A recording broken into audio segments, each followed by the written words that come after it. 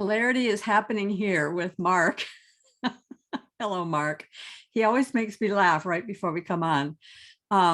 We are here today to talk about the second half, or the part that we didn't get to yet on the four horsemen of meaning, which for those who don't know would be Jordan Peterson, John Vervaeke, Bishop Barron, and Jonathan Pageau. And last time we spent quite a bit of time at the beginning talking about their whole conversation about psychedelics. And then we went back to the beginning of the conversation and covered their four perspectives on what meaning is. And so today we're going to pick it up at about minute 39, where Bishop Barron is talking about scientism. So I'm going to share screen and we're going to take a look at this. I guess we can't optimize for video clip on this, so hopefully it works well.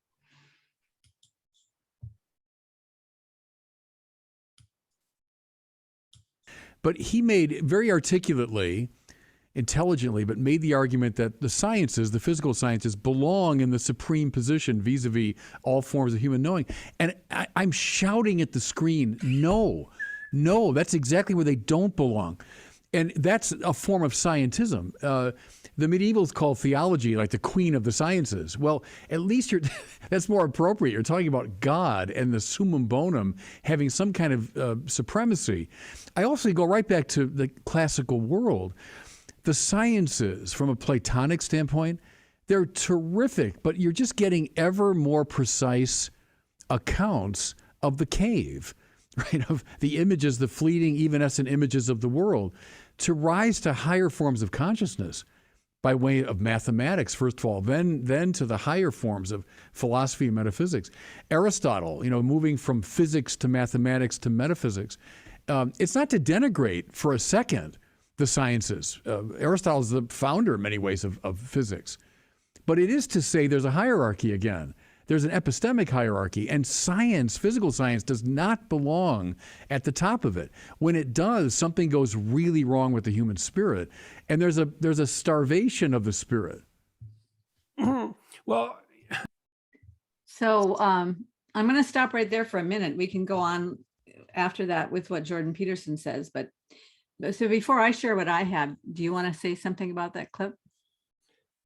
Yeah, it's interesting, right? And part of the problem with doing this talk is that the drug theme. Hold on a second. The thing went back on again without me. The fact that in the absence of I'm going to pause here. That's all right. Yeah. So I think that the interesting thing here is he points out something I've been pointing out a lot to people. Like, originally in ancient Greece, science was a branch of philosophy. Natural philosophy. It wasn't meant to be at the top, right? And he talks about this, like when you flip it, everything goes wrong, right? When the primacy of what you're paying attention to, because Jonathan Pageau, the world's attention, changes, then things stop working correctly. And that's very much, I think, he's got it nailed here. And it's always hard in this conversation because this drug conversation is woven into the thing, right? So we have to skip around the good points because, Peterson and Vervaeke keep leading it back to, but we can take this chemical. It's like, right? So yeah, it's going to be tough going, but I think we'll be able to tease this out, and this is the point where it switches around.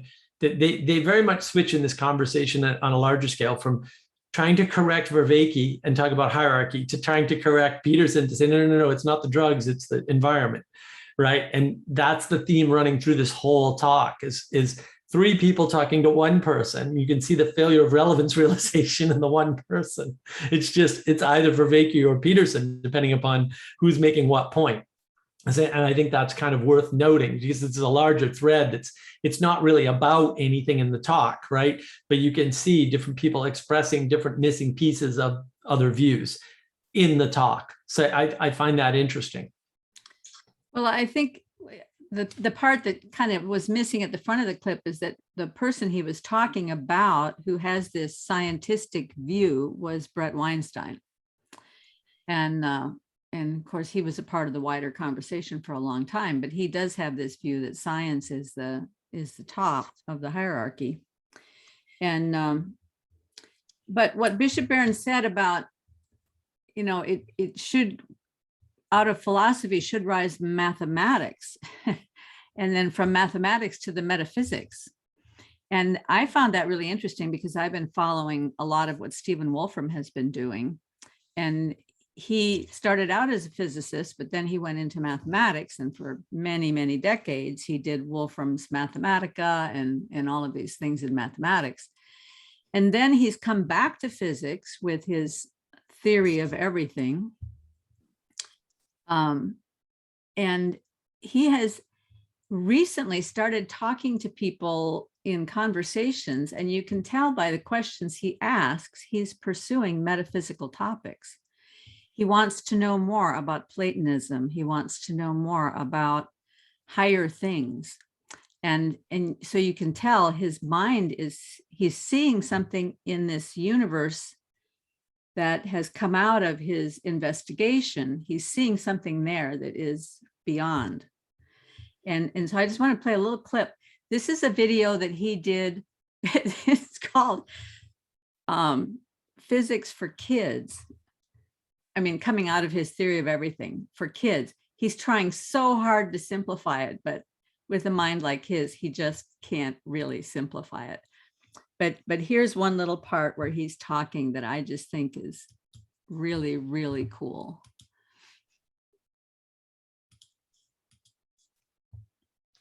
Let's see. Go down here to 29.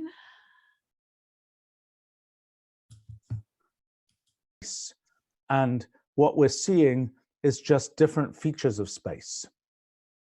Okay, so how so that's kind of the idea is space is discrete. Space is made from this kind of network that just says how the points in space are connected to each other.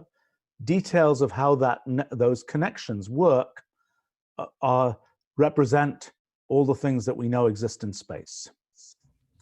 So let me try and give you a little bit of sort of intuition about how things like that work. And I want to talk a little bit about one of the sort of surprising things. Well, okay, so actually there are different things to talk about.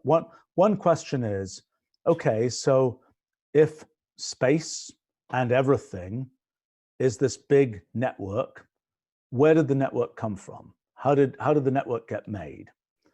Well, so this is kind of an example of that. I showed this before. This is sort of how the network can grow from this very minimal network with just 3 points in it to add more points and more points and more points. And gradually it's growing a network with more and more and more points. And the way it works is let's see if I can pull that up.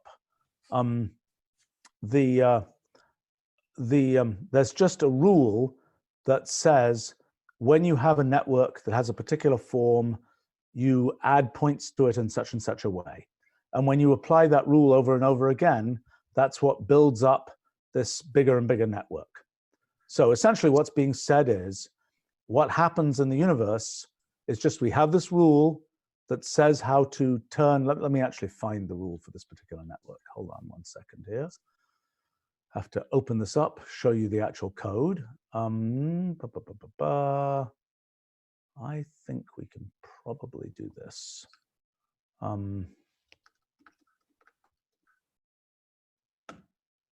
Oops, that was a mistake. There we go. Okay, so that's the rule that was used to grow that network. It just says whenever we have an arrangement of points that looks like this, and there are arrows on here which you don't have to worry too much about, but whenever you have a arrangement of points that looks like this, replace it by an arrangement of points that looks like that. So very simple rule, just gets applied over and over again. When you do that, you'll eventually build up this kind of complicated thing here. So kind of the notion is, the way the universe works is, it's just applying a rule like that. It won't be this particular rule, but we don't know what the actual rule is, but a rule a bit like this, and it's just applying it over and over and over again, trillions and trillions and trillions and trillions of times. And that and that at the very beginning of the universe, one might start from just something like this, and over time, it would build up to include everything that we now know exists in the universe. So I'm going to stop there. So you saw the diagram of the very beginning looks exactly like the pictures in Matthew Peugeot's book. Hello. Yeah. Exactly. But even more interesting, a little bit later on in the video, he said he's talking about causal invariance and causal relations. And he says, now a very, very interesting thing that falls out of our theory is that the way time works, time is updating events, but the updating event cannot happen unless the thing that it's reacting to is already in place. Right. Right. There's a big implication there. Well, yeah. Unless this very simple rule is already in place, you get nothing. Well, you need a rule, right? And so it's roughly speaking, it's let there be a space, let there be things, let there be a rule, and let the rule execute. It's like, oh, well, I mean, I guess you get fewer than 7 days there, but like, what's the difference other than that? I don't know. You know, Hawking said all he needed was gravity, and he could make a universe, but you don't get gravity for free. You know? Yeah. Gravity's got to come from somewhere. Well, and even if you do, if you have gravity and no mass, which in theory there's nothing preventing that. We don't really know, right? Are there gravitons? Like, we don't know. And so it's kind of like, well, maybe you have gravity and nothing else. Now you don't have a world. So I'm a little skeptical on that claim too, right? But again, you still need a space for the gravity to have an effect. Like, I don't get it. Like, why is this better than 7 days? I don't like. Are you comparing your 5 days or 3 days to the Bible 7 days? Like, what's going on here? Because you're not meeting the standards. You're getting close.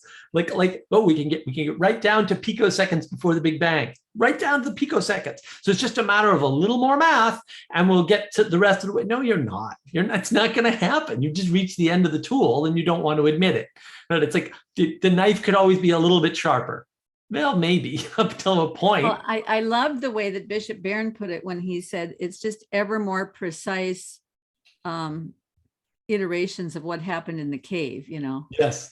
Yeah. That's all you're getting is more and more and more precise measurements of this stuff here. I mean, well, they're going to go on to talk about substance. Maybe we should play that part because I think that was pretty important.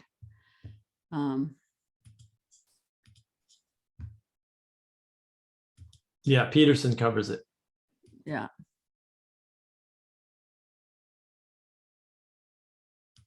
Well, no, what happened here? Nope, it's after that.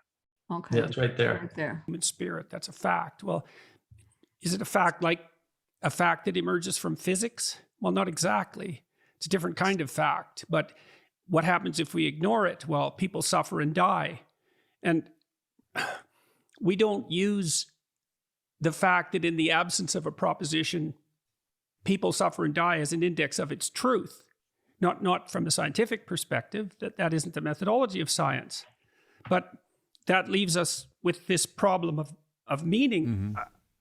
It's sort of delivered to us, and it isn't obvious to me that science can address it at all. I mean, Sam Harris and other thinkers like Harris have tried to put the value, to bring the domain of value within the domain of science. I think it's an effort that's doomed to failure because I don't think they're of the same type. I think that science by its very nature it does everything it can to exclude value, except, John, it leaves us with the problem you described, which is the problem that Jung addressed when he was tying the development of empirical science back to alchemy, and this goes back to the idea of the hierarchies that we started out with. You know, Jung believed that he was really curious about why people ever became motivated to take things apart like scientists did, to concentrate on the minute like that. What dream drove them? What fantasies drove them? And for Jung, he found that fantasy in the thousands of years of work on alchemy. And the alchemical notion was there exists a substance, which eventually became a material substance, whose discovery would grant upon its bearer immortality, perfect health, and endless wealth. So the dream was that substance could be found in the material world. And that was a deep, deep unconscious fantasy manifested in all sorts of images, all sorts of bizarre images that Jung had the genius to be able to analyze and understand. And he saw that as the dream that preceded the development of science in Western culture. It took thousands and thousands of years to unfold this dream. And scientists were encapsulated within that dream, whether they knew it or not. And so the prime example would be Newton, who wrote much more on alchemy than he did on physics. And so, John, as scientists, at least from the Jungian perspective, let's say, were necessarily motivated by a narrative that we don't understand scientifically to engage in the scientific process per se. And we're so deeply possessed by that it guides and moves our perceptions without us as scientists even necessarily having to be aware that we're participating in that narrative. So to your point, the whole enterprise is driven by a dream whose reality can't be encapsulated within the process itself. It's a very strange thing. I think it's very interesting, that dream and sort of the undercurrents of development. So substance goes back to hypostasis, but of course there's another history of hypostasis, which is into the persons of the Trinity, which is a very different history. And so there's no necessity that you go from hypostasis, the grounding of intelligibility, to materiality. And of course, what happened, right, was also the inversion of matter as pure potential to that which resists and exists. And so, and I think that's part of, again, about how. So let's just stop there for a second, because there was a lot there already. Did you have anything you wanted to say about the whole alchemy thing? Yeah, I mean, I think some of that's overstated. I don't know, but thousands of years, certainly hundreds of years of alchemy. Well, a little bit later, Jonathan kind of revises that and explains to Jordan that he's a little bit off there. Yeah, just by an order of magnitude or so. Yeah.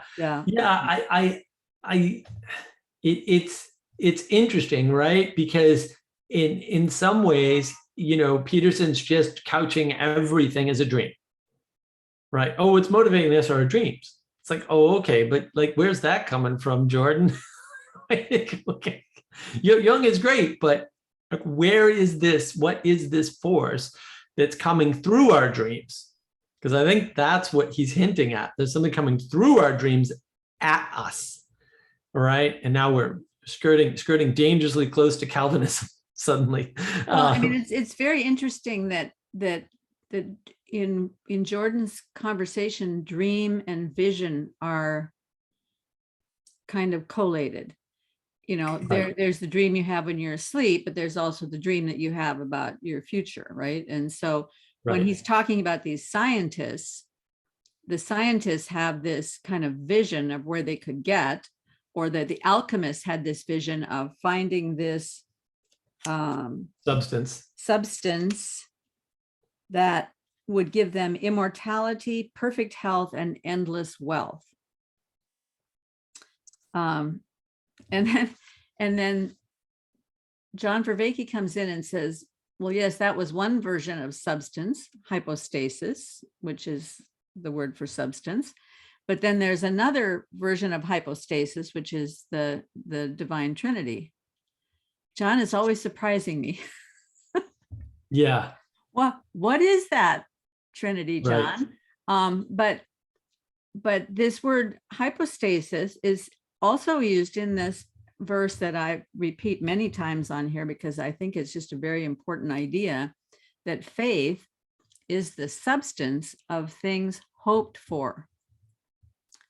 So in this verse, you have faith and hope and substance. And substance is the word hypostasis. Now, I also did a little research on the word substance in the way we use it in English, and it has this stacks of meaning, man. So here's one example. Did he accomplish anything of substance? Right. Okay. Right. He's a person of substance.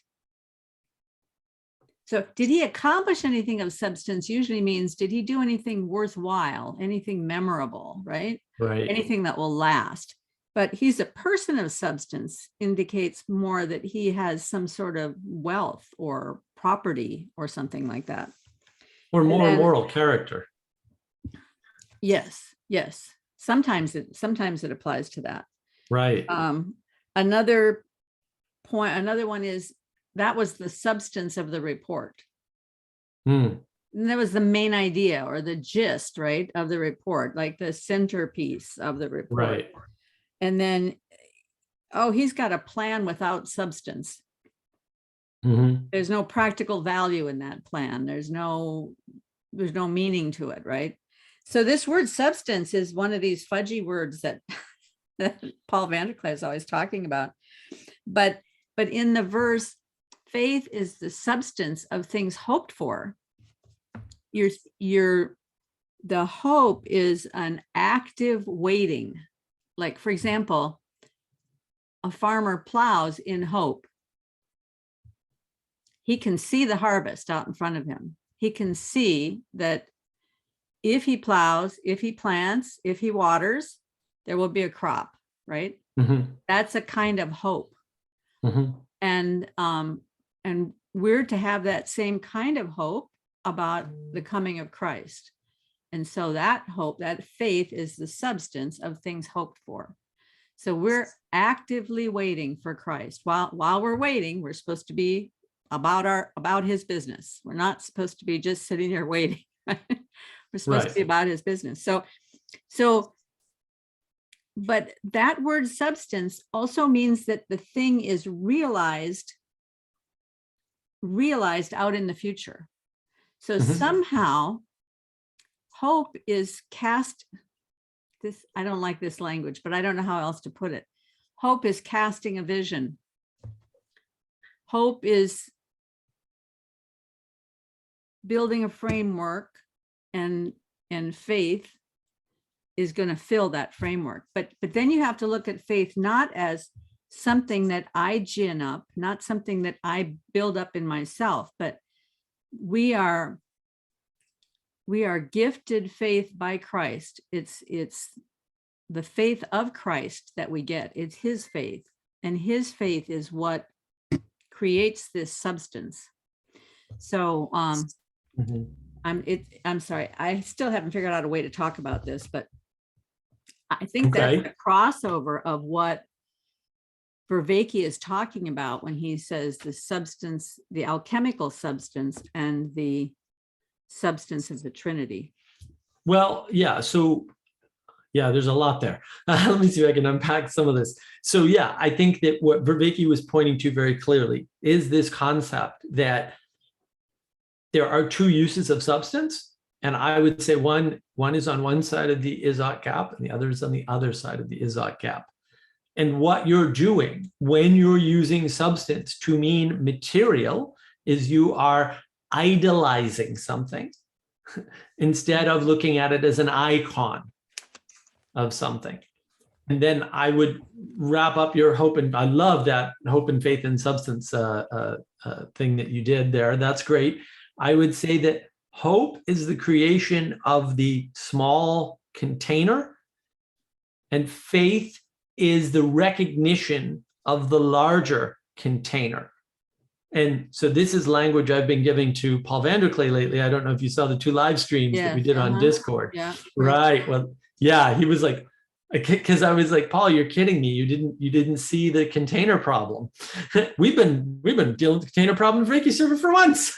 Why aren't you there yet? To some extent, which is good, right? Because there's a lot of cross-pollination going on in the idea space for that. So it really is like, well, wait a minute, you need the larger container to point to, so that the smaller container doesn't become corrupted, and so that you can have a smaller container, because your container has to be in something.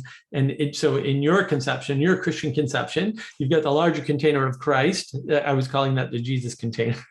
And then so you get the Jesus container, and then that's how you use all your little proximal containers. That's how you aim them and aim within them, right? Because they're in faith. They're in faith, which is granted, right, from the large container. It's not, you don't grant yourself faith, to your point, right? But you do grant yourself hope that you can manifest something, and that manifestation is pointed towards the thing that the faith is pointed towards, which is the good.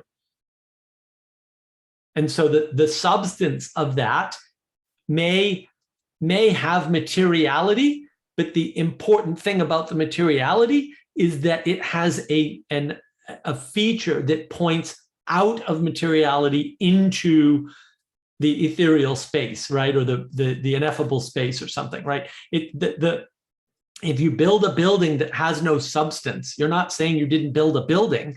You're saying that building doesn't manifest something higher than itself. That's what you're saying.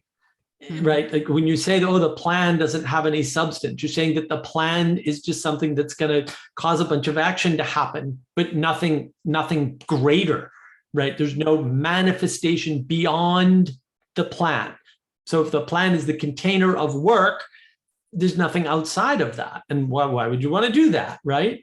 So that's what I think we're circling around there, is container and the idea of what I would call it dogma, or idol versus icon, where there's a way you can use substance as an idol to mean material, and there's a way you can use substance as an icon to mean something in the ethereal space, a virtue, a value, right? There's both uses of the word substance. And so what John, in my mind, is really pointing to is the dogmatization or the dogmatic approach to science, and through the use of substance. Well, I mean, that picture would work even on a very pragmatic level. If you think of, they often use substances for drugs, Right. but a drug can either have a good purpose, right?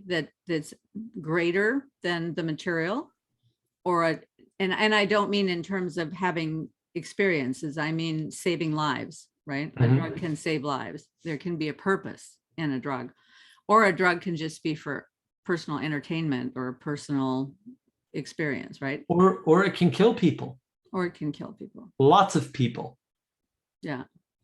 Right? Which was an early use of drugs. Or it can feed people. In fact, the same substance, and Peterson makes this point, the same substance can either feed people or kill people, depending upon how it's administered. Mm-hmm. Yeah, and some of and the interesting thing, and I don't know if this relates to anything, but the same substance in very small doses can actually strengthen a person. A substance that could kill you in too big a dose in very small doses can actually, this is the whole background behind this idea of hormesis, that Yes. little stressors, the little microtoxins, the little micropoisons, the little pushing yourself beyond your endurance physically for very brief periods of time, those little things strengthen you and make you healthier and all of that. So, so speaking of things that have two sides, we're about, I think, to fall into a discussion very soon. They're going to be talking about authority and submission, authority and obedience. And so when we get, I want you to be thinking about that ahead of time, because when we get to that point, I want us to talk about what is really meant by it. What are all the sides of authority and what are all the sides of obedience, and how do they fit together? So let's go back to the video.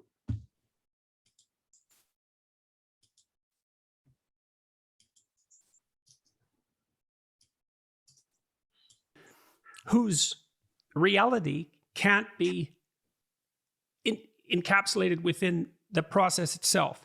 It's a very strange thing. I think it's very interesting, that dream, and and sort of the undercurrents of development. So substance goes back to hypostasis, but of course there's another history of hypostasis, which is into the persons of the Trinity, which is a very different history. And so there's no necessity that you go from hypostasis, the grounding of intelligibility, to materiality. And of course, what happened, right, was also the inversion of matter as pure potential to that which resists and exists. And so, and I think that's part of, again, about how a history of how the reason was supplanted by will as the dominant faculty by which humans understood and identified themselves.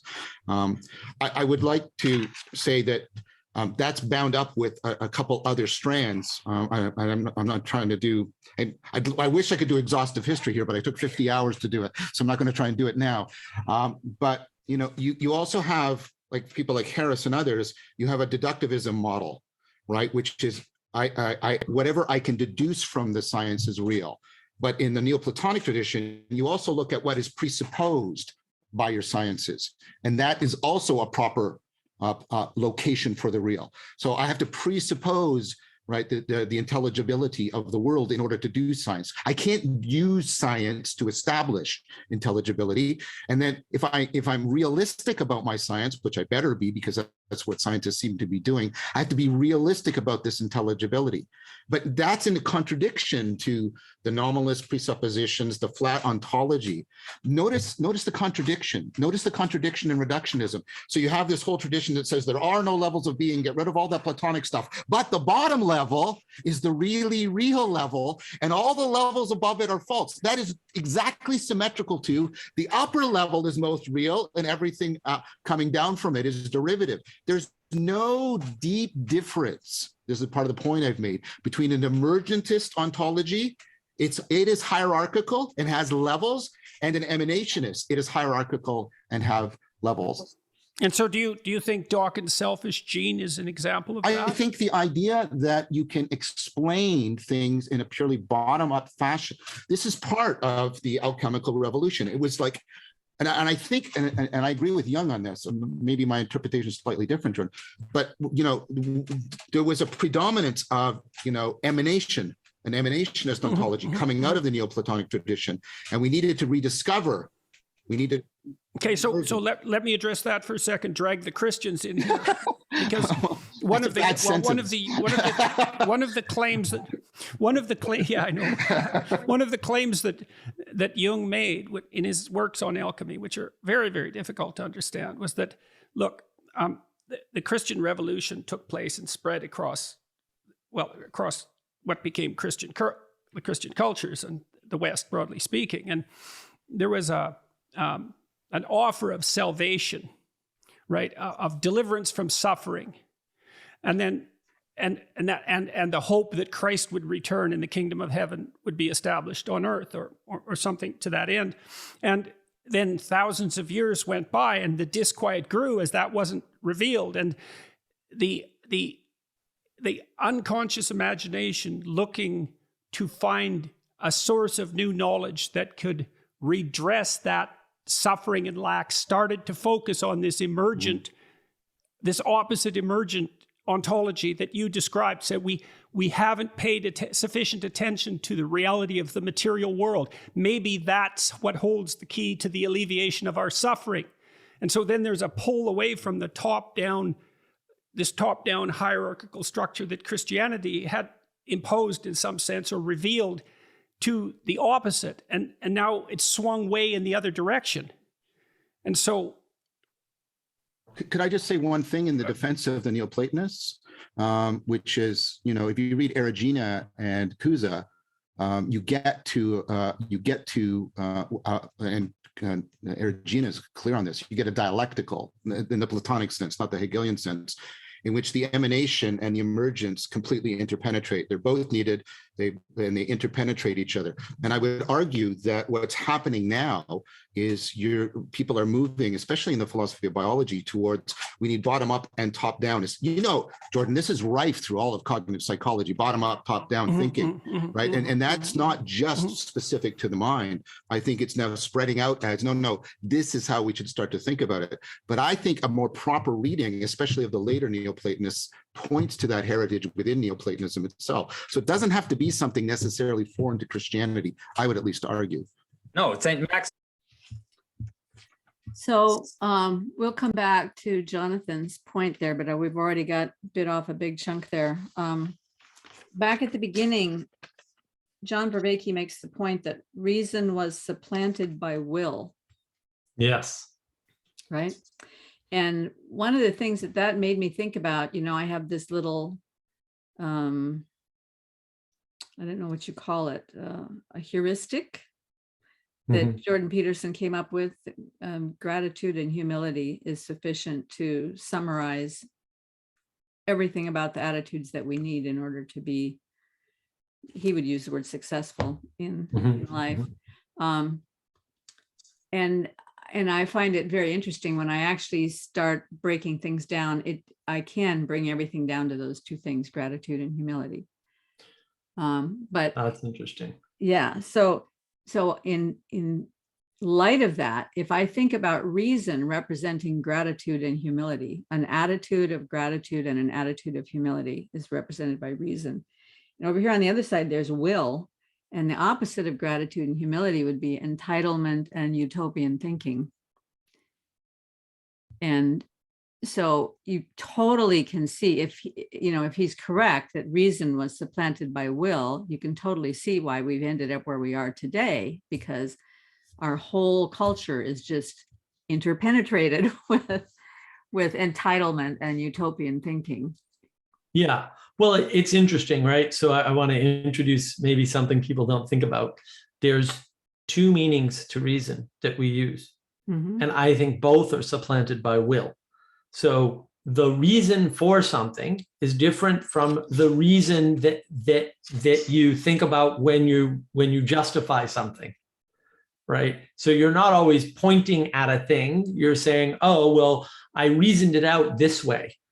Both of those are supplanted by will, which is something like how I imagine the world to be, or how I want the world to be, or how my ego wants the world to be. And the thing that I don't like about Peterson's sufficiency argument and your sufficiency argument, and this is something, and I know, like, now I'm way out of my depth, right? Way out of my depth. I was having a conversation on the Bridges to Meaning Discord server about a week and a half ago, I think, with Cassidy, and she left the Protestant ethos for the Orthodox.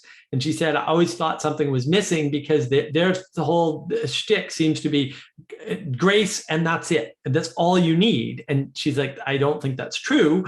That's why I like Orthodoxy, because there's all these other pieces there that you also need to have a fuller, better understanding and closeness to God, sort of a thing. And I was like, well, that's a fascinating treaty on the differences, right, between, say, Protestantism and Orthodoxy in that case. And again, I'm not, I'm way out of my depth, and even talking about this, just something that was told to me that sounded really interesting. Like, wow, there's more there. Well, so there's a long history that I don't know anything about, but I do know something about the history between 1980 and now in the church environment in which I have been swimming, I guess you would say. And that is that when I first became a Christian, it was a little bit radical to be talking about grace, because the church that I became a Christian in was a little Friends church, and the idea of the Friends churches in the far distant past was that they didn't really have teaching going on, and they didn't really do much talking. They would just all come in and sit, and they would wait on the Lord. And they would wait until the Lord showed them something, and then they would share with each other what the Lord had showed them. So it was very much based on, very similar to what Jonathan talks about in the liturgical Orthodox Church, except without all the visuals. Right. Okay. But along with that, in that church was a long list of rules. You couldn't do this, you couldn't do that. And they had a congregational basis. So the congregation would vote on whether or not these rules should be there. So, you know, like when I first came into that church, the new pastor had only been there a year, and he was busy trying to dismantle all those rules because he felt strongly that that was the wrong way to go. But there were rules like no smoking, no card playing, no dancing, no, you know, Right. no rock music. I mean, just very specific line of rules. So along comes this pastor, and he's like, no, really, that's not what it's about. It's more about this deeper understanding of who Christ is, this way of reading the word that is gathering together around the word and letting the Spirit speak to you, but at the same time, making sure that it lines up with everything else in the word, because there isn't any one verse that will stand by itself. It has to be consonant with all the whole word. And so he had a different way of looking at things. And that was a movement that was beginning to come into the church. And there were many other movements that came after that. There's this seeker-friendly movement that was trying to flatten everything out to make it easier for people. Now, I never fell prey to that because I didn't move in those circles. The churches that I've been in have always been very strong on teaching the word and on having fellowship and community, and on having worship that really points towards all the beautiful character. And, you know, rather than having the beauty of all the stuff around us, we have the beauty of the images of Christ that have been put into our minds through the word. But that's not the same thing as propositional. Well, it doesn't have to be. Yeah, it doesn't have to be. I think it is in some places, but the strange thing that I think has happened, because I'm a firm believer that Christ is enough to take care of his church. We're talking about this catastrophe and the church is falling apart and everything, you know, me, oh my, the sky is falling. But what actually happened in the 20th century is the Catholic Church kind of got hollowed out. So they lost a lot of people when they did that. When they flattened, they lost a lot of people, but those people came over to the evangelical church.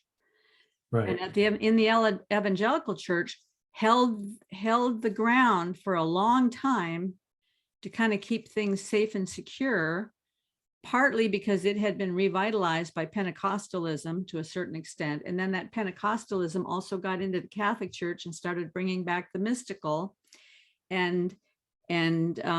But then the evangelical church got politicized. You know, I mean, Right. Bishop Barron says the Catholic Church got flattened out, it got politicized. Well, over time, the evangelical church got politicized and went left and right. That starts killing a church. But now that's happening. Now that Right. the liturgical churches are beginning to grow, because they had emptied out over the last 200 or 300 years, and now they're coming back again. So Right. Christ always has a path for his church, you know. That could be. I did want to point out too, you know, they started this out with John saying, look, you know, you've got a hierarchy on top that's emanating down, and you've got a hierarchy from the bottom that's emanating up. And he says, that's the same thing. Okay. And I want to be very clear about this. No, it's not. It is not the same thing at all. It is completely, entirely, thoroughly different. And I think it points to what you were talking about. That's why I brought it up now, but we did start with that. And the way that it's different is in the bottom up configuration where the hierarchy is below you, you're at the top. That's the problem we have now. This is when I talk about middle out and I talk about objective material reality, you are at the top of the OMR. You're sitting at the top of objective material reality and making proclamations. And Van der Klee's onto this now, right? He found the first personal and the third personal. And the third personal is exactly what I'm talking about with OMR. You're standing on objective material reality and making proclamations about good, bad, and all these value statements, which he pointed out in not his latest video, which I haven't caught up on, but the one prior to that, the long one prior to that he put out, I think, on Friday or Saturday.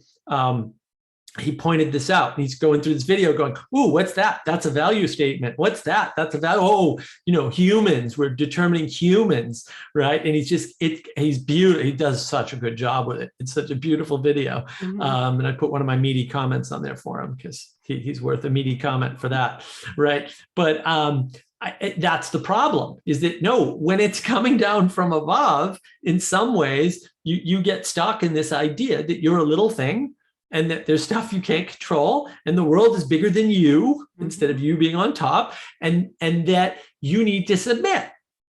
And like, that's completely different. And so John's statement that it's 6 of one, half dozen of the other is nonsense. Sorry, John. Love you, John, but that's crazy talk. That's nonsense. It is not. And plus, I mean, the actual hierarchical picture, and Jonathan talks about this quite often, is what's coming down from the top informs what's at the bottom so that the bottom can percolate up, right? So that a diamond, yeah, rather than, right. Well, it's not only that, but even if it's just a triangle, Christ comes down and cares for those who are at the bottom so that they can come up through the hierarchy and move up, and the whole thing is always this thing. It's not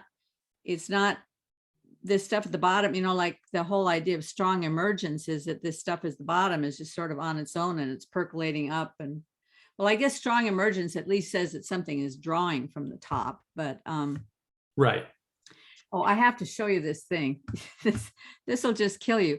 When you think about what's at the bottom of us is us, cells, right? And of course, it's so simple to just make a cell in a test tube, according to the scientists. Let's just take a look at this is the metabolic pathways in a cell.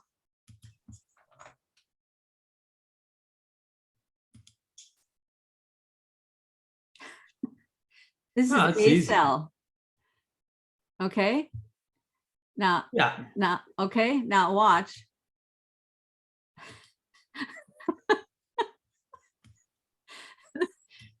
That's the metabolic pathways. And that's going to happen over the course of how much time is it going to take for that to evolve without any outside information? Yeah, no, I mean, I built one of those last week, I think. Yeah, just, with a Q-tip and some alcohol. Yeah, it's crazy. Completely mind-blowing. Anyway, I get off on that stuff.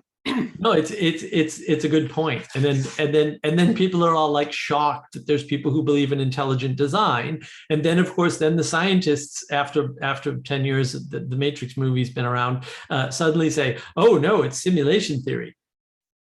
You just restated intelligent design. Did you miss the fact that you're a scientist restating intelligent design? Really? You totally just didn't even see that you did that move, huh?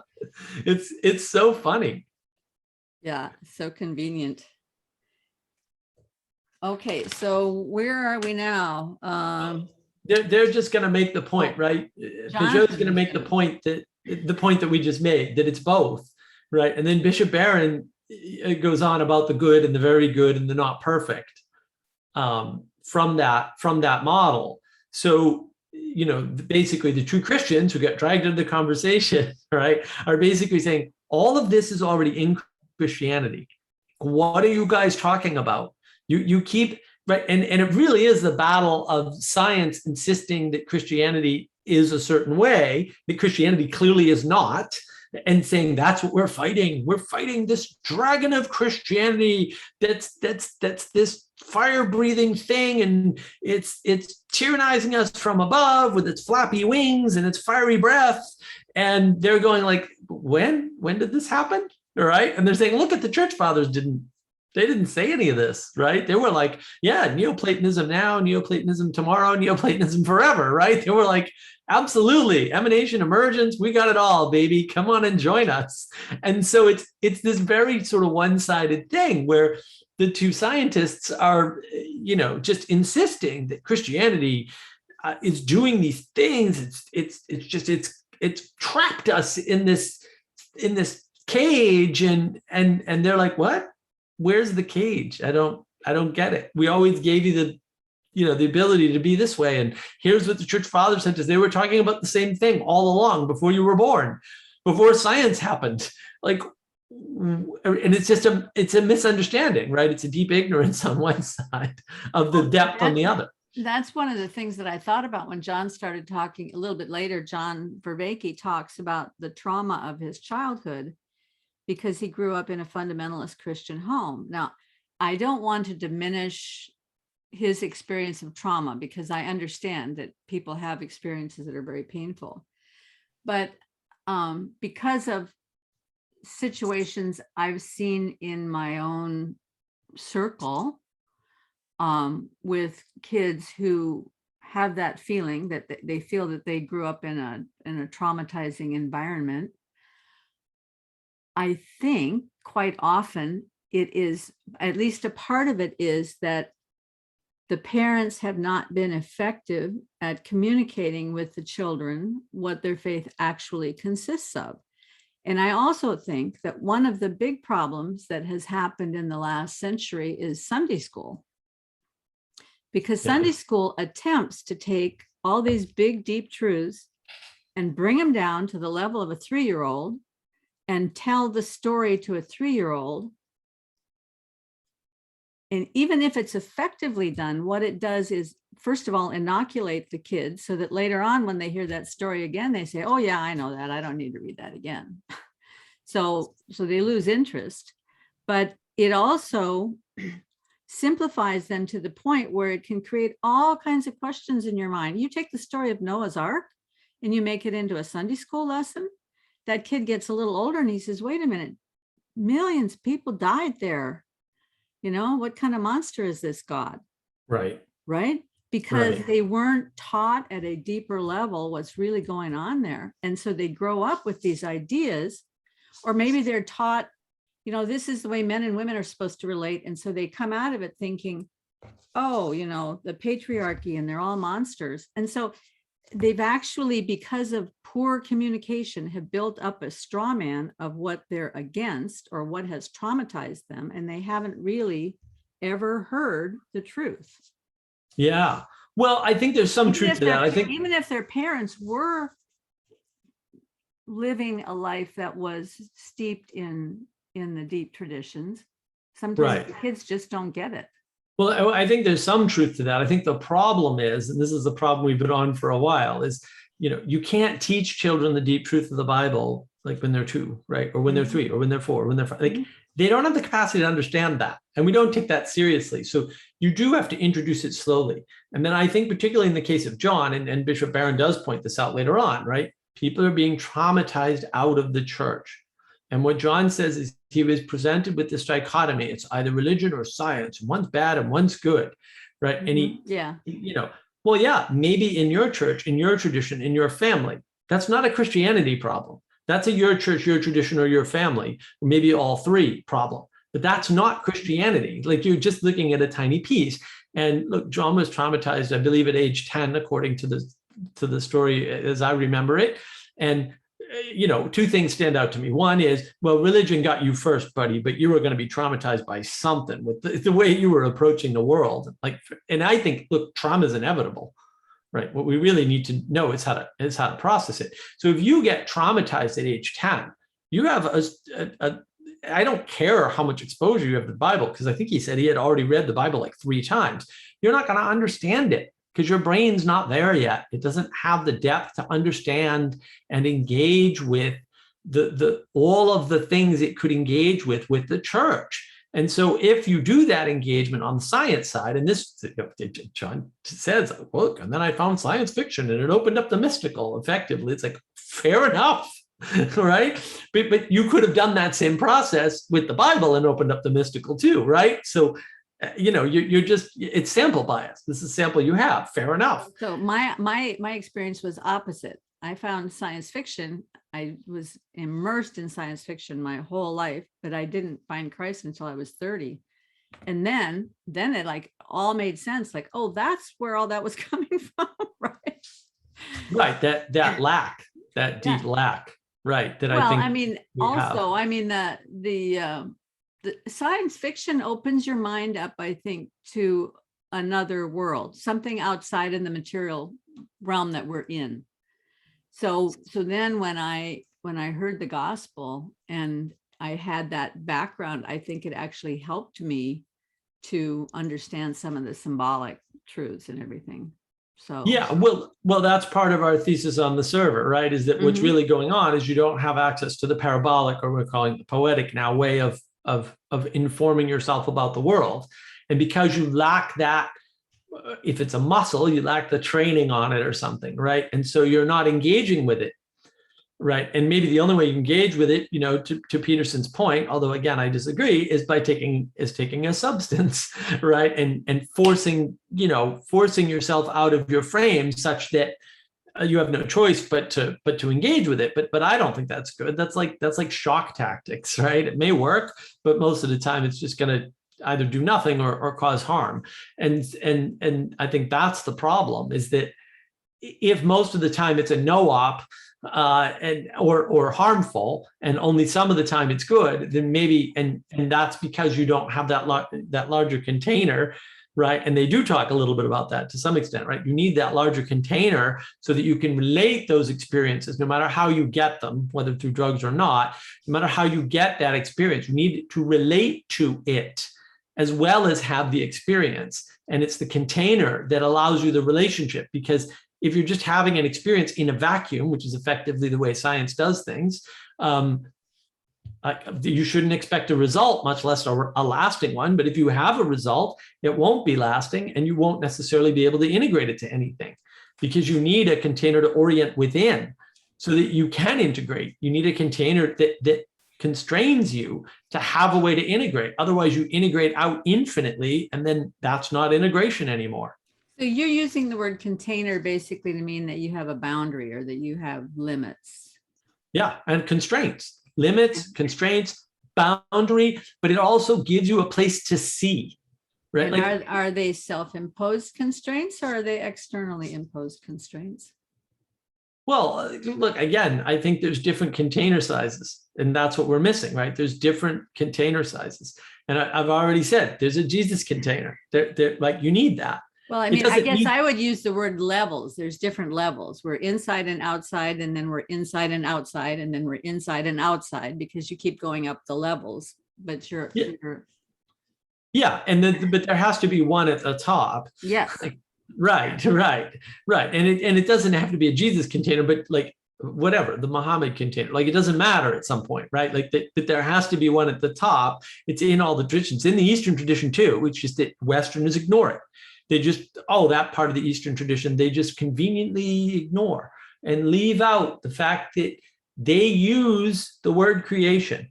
They talk about something outside of the Tao, right? And, or is it the Tao or the 10,000 things? Because they switch back and forth, right? But they talk about these things. It's just that the Westerners ignore all that and take the rest. They just ignore the creation part and go, yeah, we have the yin yang and blah, and it's all one, and it's all cyclical, and we're done. And it's like, cyclical within what? What's constraining the cyclicality such that it becomes a cyclicality? Because it just spreads out over infinity, it's not cyclical anymore, right? Well, but when you say Jesus container, it sounds like you're saying he's inside the container, but he's actually outside the container. No, he's the container. Okay. Right, we're in the body. Yeah. Okay. I get you. Yeah, that's the large container. That's a good clarification. Sorry, I didn't think that was a lot of this stuff is like go. So when I got on the first live stream with Paul, it was because we were having a conversation on the Bridges of Meaning, and I was like, oh, so you're going to do a part 2 on the Rick Ripetti, and you're going to cover the rest of it, right? And he goes, the rest of what? And I'm like, you got to be kidding me! You missed this? How did you miss this? I was blown away. Like, what is everybody missing here? Why isn't this clear? I see it clearly. It's like the rest of you wander around in the dark, and I'm like in the sunshine going, it's nice here, just getting a tan, This is crazy to me because I don't understand. I'm like, what is everybody missing? This is so obvious. I think everybody would like to know what you're on, Mark. If I knew, I'd share it. You have so much energy and vitality and enthusiasm for everything. It's amazing. Well, thanks. I guess. Yeah, I used to have a lot more energy when I was younger, but Oh my goodness. oh yeah, I was completely off the wall. I was, 20 hours a day, full speed, 100. But I mean, that's why I know anything, right? Because I did used to read and I did used to engage with all these things, and I'd read, I've read thousands of white papers, thousands. And people talk to me about science. I'm like, are you sure you know any science at all other than textbook science? Because I know a lot of textbook science too, but like you don't seem to have ever read a white paper of any kind in any field. And I've read white papers in all kinds of fields just because I'm like bored or want to know something or whatever, right? I'm old enough to have gone to the library and like figured out the Dewey Decimal System and, figured out where to find papers. And like I looked up papers. And there was one time there was an article on how to build the old adventure video game, right, from like the 1970s. It was really hard to find. I think I had to find it on microfiche or something of all the things in the world. It was just like, what was microfiche? What is this strange alien technology from the past? And I went and found it and read the article and like learned a tremendous amount from it because I'm deeply steeped in like, well, history, like we came from somewhere. And oftentimes, because over time we complexify things, it's the original paper that contains like the 4 or 5 lines you need to know the rest.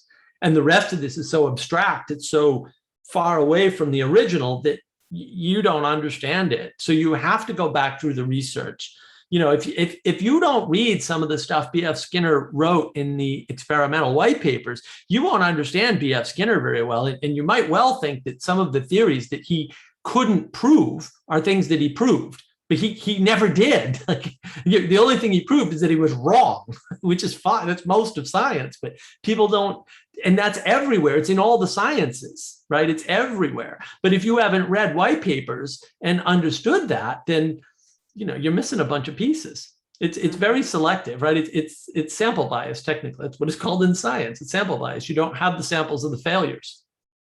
Well, the way Glenn puts it, and he recommends, by the way, if people want to go into science or physics, they should read Pierre Duham's book, Saving the Appearances.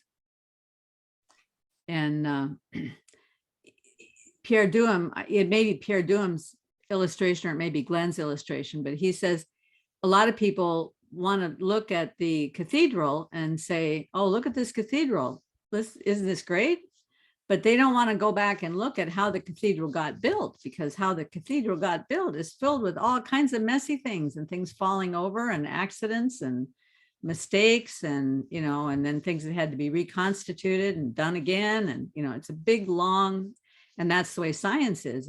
It's lots of fits and starts over the centuries. It's not like you get all of a sudden this crystalline equation that's so perfect and it just arose out of the mind of man, just bingo, so right. But what we're losing in that is the sacrifice it took to get there.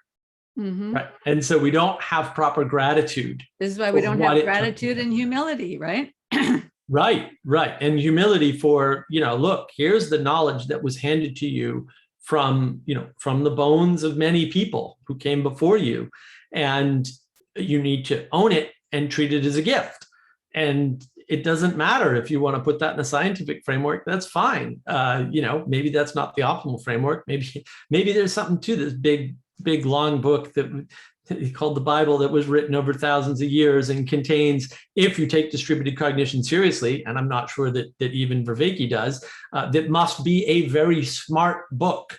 It must contain a lot of cognition, flawed cognition to be sure, and full of interpretation and misinterpretation and misunderstanding that's written into the text, no question about it, but still a very wise and smart book, right? Because it contains the distributed cognition through time of many, many smart people. Well, there would be a lot to unpack there, but I'm not going to go there because I just want to follow up on what you said about, were you talking about Cassidy when you talked about grace? Yeah. When we talk about the gratitude and humility thing, one of the verses that I think about that exemplifies it so clearly is there was a tax collector and a Pharisee that went up to the temple to pray. And the Pharisee goes, "Oh God, I'm so thankful that I'm a man of character. And I'm so thankful that I obey all of your rules and all of your laws. And I'm so thankful that I tithe even to a tenth of my mint and herbs, not just my money, but even all the stuff and even the littlest thing in my garden, I tithe." And the tax collector goes up to the temple and he says, "God, have mercy on me, a sinner." And Jesus says, "Which of these was justified?" Mm. Okay, so the tax collector walks away justified. And all he said was God, which is a recognition there's someone above him, which is humility, right? Have mercy on me. That's an indication that God is a merciful God, and also that he has the capacity to grant mercy on me, a sinner. I am not God. I can't grant mercy to myself. I can't grant forgiveness to myself. I'm a sinner. I'm lower. So it's gratitude and humility. It's all there in that one verse. And grace is included in there too, but so is sin. And so is the need for forgiveness. And so is the need for mercy. And so is the beauty of grace. You know, I mean, the whole thing is there in that one verse. And so that's why I think, you know, I said Jordan Peterson might use the word success for a successful life. I wouldn't use that word. I would use the word for a meaning. Well, and maybe Jordan would even say it's what you need for a meaningful life, because it points you to the one who made the container. You know? Yeah. Well, and it's more important than its meaning, because you can't measure success because it requires values. And no matter what measure you choose, A, you're not going to live up to your own measure anyway. So you're kind of screwed there. And B, there's going to be a bunch of people that can't live up to any standard of success that you base on value. Like, there are tragic lives. And how do we relate to that if we're valuing success, which is then tied to a value or a set of values? Right? If we're constantly measuring value by these values that are pointed to through success, that's very self-referential. And so we're not getting anywhere, right? So what we need to get to is this appreciation for the fact that, you know, look, according to evolution, we're not all going to be able to achieve the same sorts of things in the same ways. It's just not going to happen. And probably there are people who will never achieve a minimum standard of whatever standard you set. Unless you think evolution is wrong, that's a different discussion, but that's what evolution would indicate. I'm not saying it's true. I'm saying that if you take evolution seriously, that's what it's on about, sadly enough. And what's the solution? The solution is actually already in the Bible long before evolutionary theory ever came around, which is really mysterious if you ask me. Like, look, the answers are all right there to Darwin, and we're already there, right? Well, that's strange. What a weird thing, you know? So there's a way in which meaning matters. What would those answers be that are in the Bible, just for people who would like to know? Well, the fact that you can't point to values, that you can't take a scientific approach and break things down and categorize them as a human being because you're insufficient to do so, and expect to come up with answers that you can count on, that you can live by, because the world is an ever-changing place. You're starting in a random spot, roughly speaking, in the world, and unless you know what you're moving towards and can figure out where you're starting and what you're capable of, you can't have meaning, right? You won't be able to manifest it. Not that your life isn't meaningful in some way, but you won't feel it. Like, you won't be in it. You won't be able to relate to the meaning, right? And that's why meaning matters more than success.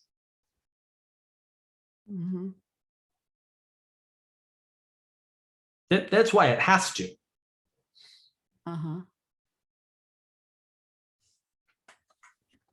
So Where do we want to pick up again? Maybe we should jump ahead a little bit and go to, do you want to go over the part where Vervaeke starts talking about all the 4e cog size stuff, or should we jump ahead to when Bishop Barron starts talking about historical criticism leading to a flattening of the church?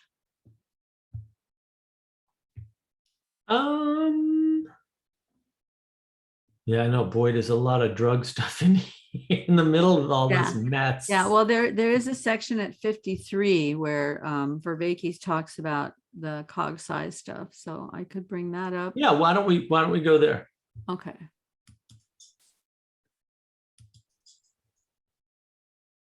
Oh, no, I don't want to do that. Uh-oh. Push the wrong button. Sorry about that. We'll skip a little bit of this here. We're never going to get done with this, you know. Such is the way of it. Mhm. He doesn't call him en summum, but he calls him ipsum esse, to be itself. Whoops. Sorry for the ad. It was in this field that So there's a whole view of reality that's implicit in that description of God. And that is repugnant to scientism in its various forms. And I think that's the key to recovering a lot of sense of religious meaning. I really liked the invocation of the participatory. Part of what I've been arguing is that the cutting edge cognitive science, what's called 4E cognitive science, is challenging the reduction of knowing to propositional knowing that something is the case. That what we're discovering, and you can even find, specific kinds of memory for each one of these. There's also procedural knowing. There's knowing how to do something. There's skills. There's perspectival knowing, which is knowing what it's like to be here in this state of mind, in this situation, giving me situational awareness. And then the deepest is participatory knowing. This is the way in which we know by how we are conformed and transformed by others, by the world. So that our knowing of ourself and our knowing of this. So you see this, of course, prototypically in the way you know your beloved. You don't know them by your skills or your proposition. Of course, you know them this way, but this is not the essence of it. The essence of it is the way, you are conforming to them and you're being transformed. So your self-knowledge and your knowledge of them are bound together. But this is now becoming these ways of talking about other kinds of knowing and the way in which they, are stored in different kinds of memory, right? Procedural memory, episodic memory, that weird kind of memory we call the self. This is now coming to the fore. But here's the point I want to make. The point is, right, we've suffered kind of a propositional tyranny from Occam on, where we reduced all of knowing to the propositional. And I would argue that most of what I called religio is being carried on by the procedural and the perspectival and the participatory. And so that is in a fundamental way how it's not just out there, it's like right in the guts of our self-interpretation. Could I make an argument for what I think is one more P that's needed? I mean, you've added the poetic, right? Well, we replaced the perspectival because we think John's wrong about that. And so we're at 4, You replaced the perspectival with the poetic. Right. Which that includes the narrative. That fixes the problem with narrative. Okay. That's the way we account for narrative. John can't account for narrative in his model. And honestly, he doesn't think he needs to, which is mind-blowing to me. Just now he's like, I don't know why people want telos. What? You don't know why people want telos? Why people care about telos? Really? Well, I just had a great conversation with the biochemist that published yesterday, where he says that if biology doesn't come to the realization that telos and agency are needed, they're not going to make any more headway in biology, because he's very, very brilliant on evolutionary biochemistry, and he says there's just no way forward without telos and agency. They're at a standstill. So you know, they're going to have to do something. But on the 4 Ps, John describes participatory as being the way you conform or are transformed in your relationships with others. But I think there's a 5th P, or maybe a sub P under that participatory, that I would call passional. And the word passion in its fullest sense, not just sexual passion, but the Greek is the paschain, P-A-S-C-H-E-I-N, is what passion arises out of.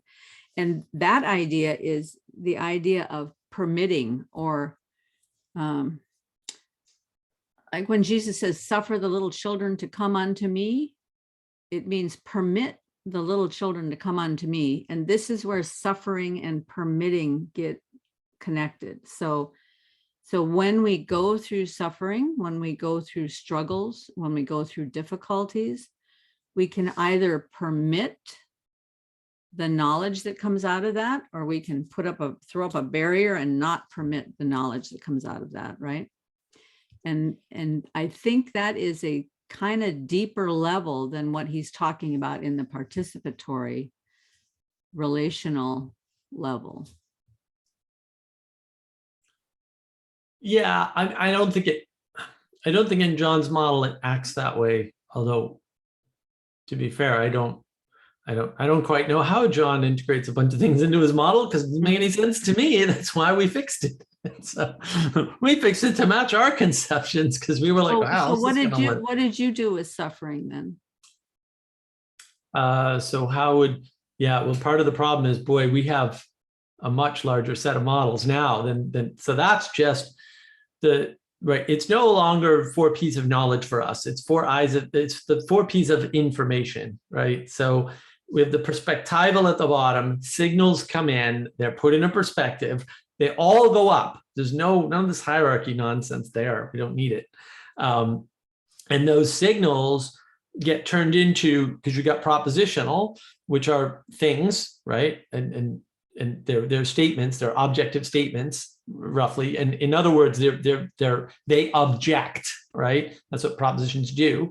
And then you've got procedures, which are the ways you linearly connect, and right, and have relationships with and navigate those propositions. That's one side. And then on the other side, same signals now, all the same signals. Every signal is getting like beam split into 4 or something, right?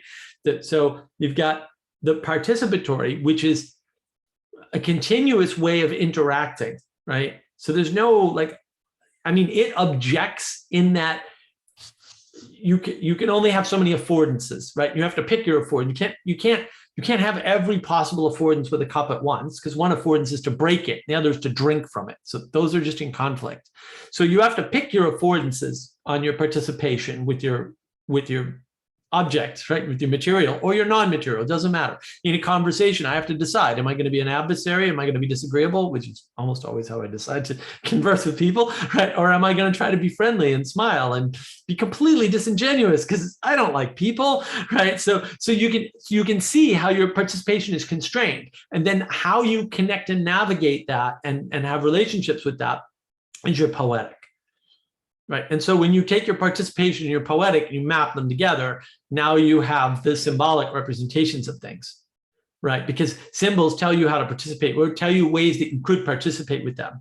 And then you participate with them, and hopefully the symbol drags you from the thingness or the substance, the material substance of the symbol, out to the ethereal, whatever it's pointing to, whether that's beauty or goodness, or it could be anything that's not material, right? And you can't do that on the other side. Is the pattern recognition embedded into the poetic? Well, there's 2 types of patterns. There's linear patterns; those are procedures. I do this, then I do that, then I do that, then I do this, then I do that. Yep, those are procedures. That's fine. Right. But the poetic patterns are not one-to-one relationships. That's where narrative comes in, because you can enter the story at any point, right? Because when you're listening to a story, you tell the same story to 5 people and they come in at different points. They relate to different parts of the story. You hear this You hear this. If you do a book club or something, people come in and they go, oh, the thing that stood out for me was this. Oh, the thing that stood out for me was this. And they're not the same thing. Sometimes they are, but often they're not the same thing. That's kind of mysterious. That's not procedural. That's not, well, I read chapter 1 and what I learned from chapter 1 was this. It's like, no. It's what stands out for you. That's a totally different question. That's not what you read first, second, and third. That's procedural. That's not procedural. That's like, when you read the chapter, which paragraph stood out to you, or what theme stood out to you? And look, I mean, I pointed to it earlier, right? Like there's a thread that runs through this conversation that has nothing to do with what they're talking about. It has to do with, in the beginning, right after John gives his definition of meaning, you have 3 people pointing at, John, you're missing something in your definition. You're not accounting for hierarchy, roughly speaking, or structure, or maybe both, right? Because John is very much an anti-structuralist. If you listen to him long enough, you'll kind of figure that out. And then it switches. And then you've got Jonathan, and Bishop Barron pointing to Peterson saying, you're not taking into account ritual. Like, what are you doing? Like, you've got hierarchy, but you don't understand the container, roughly. I mean, ritual is part of the container, at least, if it's not the whole thing. I mean, probably not the whole thing, but it's at least part of it, right? You're not counting for the container, buddy. This guy's got no hierarchy or container, to be fair, and you've got no container. So you may have a hierarchy, because Peterson's always like, there's something up there, but, he's not submitting to it, which is the problem, in my opinion. Like, submission's the problem, or one of the many problems, but that's the main problem, right? And so that's not part of the conversation in terms of procedure. It happens in an order, just right. But they're weaving all of these other threads through that, and you can see that. But that's a whole different perspective, right? And right, that's more the poetic way of understanding what's going on, rather than the procedural way where we jump through from piece to piece to piece. And you can jump through different, like you could jump through this conversation and say, well, let's just cover all the parts with drugs. And you'd be skipping different parts, right? And then you can say, oh, let's just cover all the cogsi, right? You'd be skipping different parts. Or let's just cover the parts where they talk about the Bible. Sure, right? Because they do that too, right? Or let's cover all the parts where they link the cogsi to the Bible, because that happens in this conversation. There's tons of perspectives on this conversation. And the way you manage those perspectives, that's participation in the poetic. You can't do that procedurally. You can turn it into a procedure, but it didn't start there. It started in the poetic. Mm-hmm. So you brought up the word submission. So maybe this is a good point to talk about authority and submission.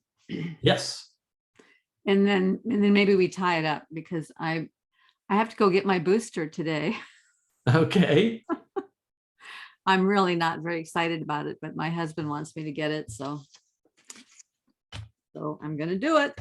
Little submission there. That's good. Submission there. Yes. So when you think about authority and submission, what do you think about? Yeah. I mean, I tend to tie authority. Maybe I should do videos on my channel. I tend to tie authority more to influence, right? And authority is a cooperative relationship, Mm-hmm. right? Whereas submission for me is more about humility as such, right? And so, for example, I can listen to an authority, or I can choose to ignore an authority. It's not an option with submission. Either you submit it or you're not, and that's just it, right? And Peterson kind of points to this, right? Where he says, well, some games you're all in. Well, when he says all in, I hear submission. Some games you submit to playing. And I think one of the clear problems we have is that people believe there is a way for them to interact in the world where they're not submitted. And I've been on this thing about, well, how do we get people to understand you're submitted to all kinds of things all the time, right? You're submitted to time, right? You're submitted to change, right? Entropy. You could say those are the same things. Yeah, fair enough, right? You're submitted to the change in agency day by day and over time, right? Like you started out as a baby, you didn't right? You're submitted to the fact of being born, and then that puts a burden on you because you have to use resources on the earth to survive, right? You're submitted to your need to survive, right? You're submitted to your desires to some extent, right? You're submitted to all these things. And if you don't understand the nature of submission and that it's not just proximal, but it has to be ultimate, back to the container size again, then you're not going to have a proper way to orient in the world.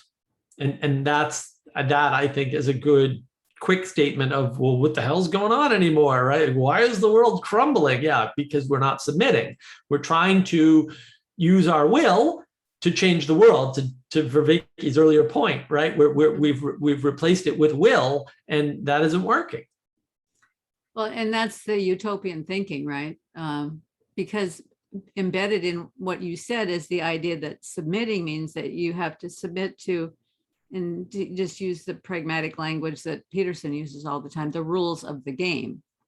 The game has rules, and then the game of all games has rules, and you have to submit to the rules of the game if you want to play the game. But the utopian thinking is, no, I can make up my own rules. I can make up my own world. I can make it whatever I want to be, which means that you're not actually in contact with reality anymore, right? Right. I have a video on magical thinking. Yeah, that's what I'm going through in the magical thinking video. And then on the other side with authority, yes, I like the way you pinned it to influence rather than power. And because influence basically has to be earned, so to speak. You have to show that that the kind of influence that you're going to exert is for the benefit of those that are under your leadership. But then that authority also has to be submitted to what is above until you get up to the very top. Every authority is submitted to the authority above them until you get to the ultimate authority. So, but every authority should be like the one who knows. You kind of got to know what's going on. You've got to, you got to see. You have to be the one who rewards those who are under you for their struggles on your behalf, right? And then you have to care for those that are below. I mean, I go back here. The very simple picture of this is I used to work as a consultant for Procter & Gamble, and their cultural value in their company was that everyone helps their subordinate to improve to the point that they can come up and take their job. And then they help their superior to move up. Everything they do is to help their superior move up so that eventually they can move up into their superior's job, right? Now, that's the worldly picture of it, but there's also a beautiful spiritual picture of that you're always about caring for those that are underneath, and you're always about lifting up those that are above you. And I like that picture very much. Right. Well, I think what you described is, say, right authority or proper authority. Yeah. Right. Optimal authority, right? If you want to go with optimal grip. Yeah. I mean, authority has to be submitted on your behalf. Otherwise, it's not going to, I mean, it's still going to work. People still, I think there's a part of the problem is influence everywhere. And I talk about this in, on my channel with signals and other things, right? There's influences everywhere that we don't even understand. And that's part of the problem, is that we don't realize we're submitted to the fact that we're anxious because other people around us are anxious. We're not just anxious because we will ourselves to be anxious. No, we're anxious because we see other people being anxious, and that heightens our anxiety. It just happens to us. We're submitted to that. We're submitted to our passions to some extent, and we need to get that under control and submit properly, right? Because if you're not submitted properly, you are submitted improperly because you are submitted. Or as Bob Dylan used to say, you're going to serve somebody. Exactly. Yeah, Bob Dylan had a nice short way to talk about it. It just got so dark and cloudy outside my window all of a sudden. So that's a good sign. I think it means we have to say goodbye. I noticed that. I was like, what is going on over there? What did she say? Something wrong? We're in the midst of some really big storms, lots of wind. Oh man, it's crazy. Our gate was swinging in the night. My husband had to get up at 4 o'clock in the morning and go latch the gate because it was pounding so hard. We were afraid it was going to wake the neighbors. Yikes. Oh, that's terrible. This is, well, I mean, we need the rain in California, so we're happy. We're happy. It's just a crazy day. So this has been great, Mark. We didn't make very much headway, but there is only a half an hour left at the end, so maybe we can just leave them to themselves at this point. Well, I think we did make good headway on good deep topics, and yeah, maybe there's more in the video, but yeah, who knows how much more there is and whether or not we want to cover it. But yeah, no, I thought it was great. I really appreciate these. Well, I will see you again one of these days. It's good talking to you. Always a pleasure, Karen. Thank you very much. Bye-bye.